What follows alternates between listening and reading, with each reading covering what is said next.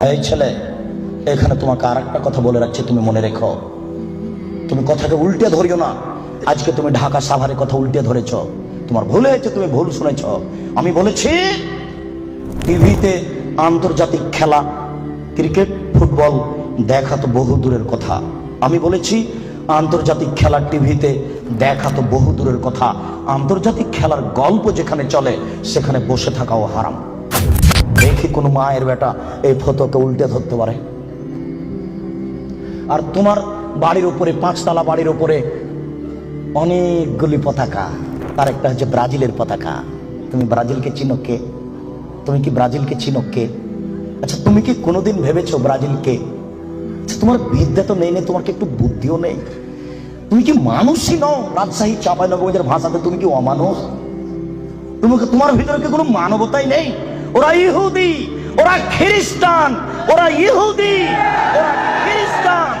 শোনো, যদি তারা শোনে যে তুমি পায়খানায় পড়ে গেছো তাহলে অট্ট হাসি দিবে, আর যদি তোমাকে পাশে পাই তাহলে তোমার মাথার উপরে লাথি মারবে, আর যদি তোমাকে পাশে পাই তাহলে আরো 3 বালতি পায়খানা তোমার মাথার উপরে দিয়ে দেবে। বলো দেখি ওরা কারা? ওরা ইহুদি, ওরা খ্রিস্টান, ওরা জন্মসূত্রেই তোমার শত্রু।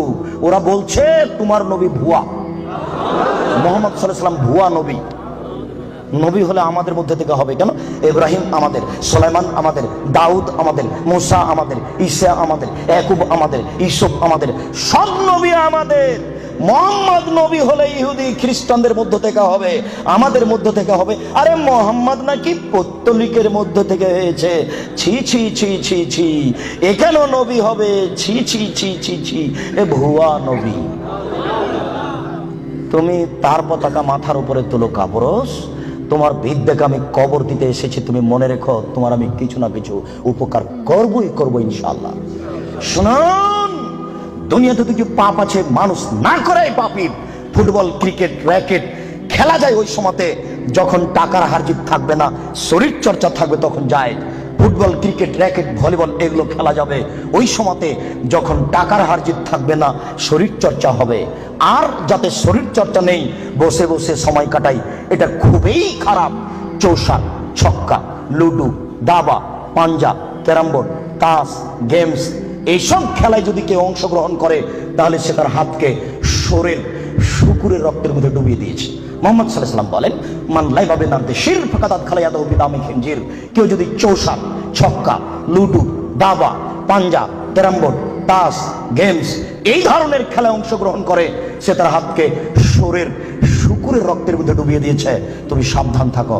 সম্মানিত উপস্থিতি, রাসূল সাল্লাল্লাহু আলাইহি ওয়াসাল্লাম বলেন, ইন্না মিম্মা আতাখাওয়াফু আলা উম্মতি, আমার উম্মতের উপরে আমি সবচেয়ে যেটা বেশি ভয় করি পৃথিবীর মানুষ, আমি বলে গেলাম মুহাম্মদ সাল্লাল্লাহু আলাইহি ওয়াসাল্লাম, আমার উম্মতের উপরে আমি সবচেয়ে যেটা বেশি ভয় করি, 1 নম্বর ভয় হচ্ছে আমার উম্মত জেনায় লিপ্ত হবে, এইটা আমার ভয়। 2 শাহাতুল খাফিয়া, আমার উম্মত গোপন পাপে লিপ্ত হবে, এইটা আমার ভয়। আমার উম্মত গোপন পাপে লিপ্ত হবে, এইটা আমার ভয়। ছেলে মেয়ে, যুবক যুবতী গোসলখানাতে ঢুকলেই পাপ করছে, একাই হলেই পাপ করছে।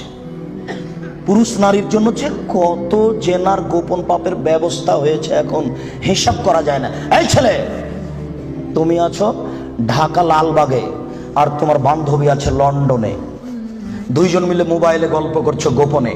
গল্প করতে করতে জামা কাপড় খুলতে লাগলে, খুলতে খুলতে খুলতে এখন 2 জনই উলঙ্গ। 2 জন 2 জনকে দেখতে পাচ্ছে, 2 জনের মধ্যে ব্যবধান হলো 5000 কিলোমিটার। অবাক গোপন পাপ, আশ্চর্য, অবাক। এই ছেলে, তুমি যখন থাকো না তখন তোমার মা মোবাইলে গোপন জেনা করে, প্রেমের গল্প করে, তোমার মা তাহাজ্জুদ পড়ে। এই ছেলে শোনো, তুমি আর তোমার মা যখন থাকে না তখন তোমার বোন মোবাইলে জেনার গল্প করে। মোবাইল মানে জেনা। আল্লাহ নবী 1450 বছর পূর্বে বলেছেন আমার উম্মত গোপন পাপে লিপ্ত হবে। 15 বছর পূর্বে এইভাবে গোপন পাপ মোবাইলে হতো না। 20 বছর পরে আরো গোপন পাপের কত পথ বের হবে তা আপনাকে আমি এখন ভাষায় বুঝাতে পারবো না। মুহাম্মদ সাল্লাল্লাহু আলাইহি ওয়াসাল্লাম বলেছেন আমার জীবনে বড় ভয়, 1 আমার উম্মত জেনায় লিপ্ত হবে, 2 আমার উম্মত গোপন পাপে লিপ্ত হবে। আপনাকে আমি কি দিয়ে বুঝাই সম্মানিত দিনী ভাই? মুহাম্মদ সাল্লাল্লাহু আলাইহি সাল্লাম বলেন, রাত যখন অর্ধেক হয় তখন সমস্ত আকাশের দরজা খুলে দেয়। যে ব্যক্তি আল্লাহর কাছে প্রার্থনা করে তার প্রার্থনা কবুল হয়ে যায়। যে ব্যক্তি যা চায় আল্লাহ তাকে তাই দিয়ে দেন। যে ব্যক্তি বিপদে পড়ে বলে আল্লাহ আমাকে বাঁচাও, আল্লাহ তাকে বাঁচিয়ে দেন। ইল্লাল বাগিন বে ফারজেহা, তবে যার জেনার সম্পর্ক আছে তার কথা কবুল হয় না। এই ছেলে শোনো, তুমি ম্যাট্রিক পরীক্ষা দিয়েছো, আল্লাহর কাছে প্রার্থনা করছো, আল্লাহ আমার রেজাল্টটা ভালো করে দাও, আল্লাহ আমার রেজাল্টটা ভালো করে দাও, আমাকে গোল্ডেন দাও। আর তোমার মা তাহাজ্জুদ পড়ার পরে চোখের পানি ঝরিয়ে বলছে, আল্লাহ আমার ছেলেটাকে একটা ভালো রেজাল্ট দাও, গোল্ডেন দিয়ে দাও আমার ছেলেকে। এইভাবে তোমার মা রাতের অন্ধকারে চোখের পানি অঝর নয়নে ঝরিয়ে কাঁদছে। তুমি যখন থাকো না তখন তোমার মা মোবাইলে প্রেমের গল্প করে। তোমার মা কিয়ামত পর্যন্ত কাঁদলেও তার কথা কবুল হবে না। আমি অনুবাদক, আমি বুঝাতে পারলাম না।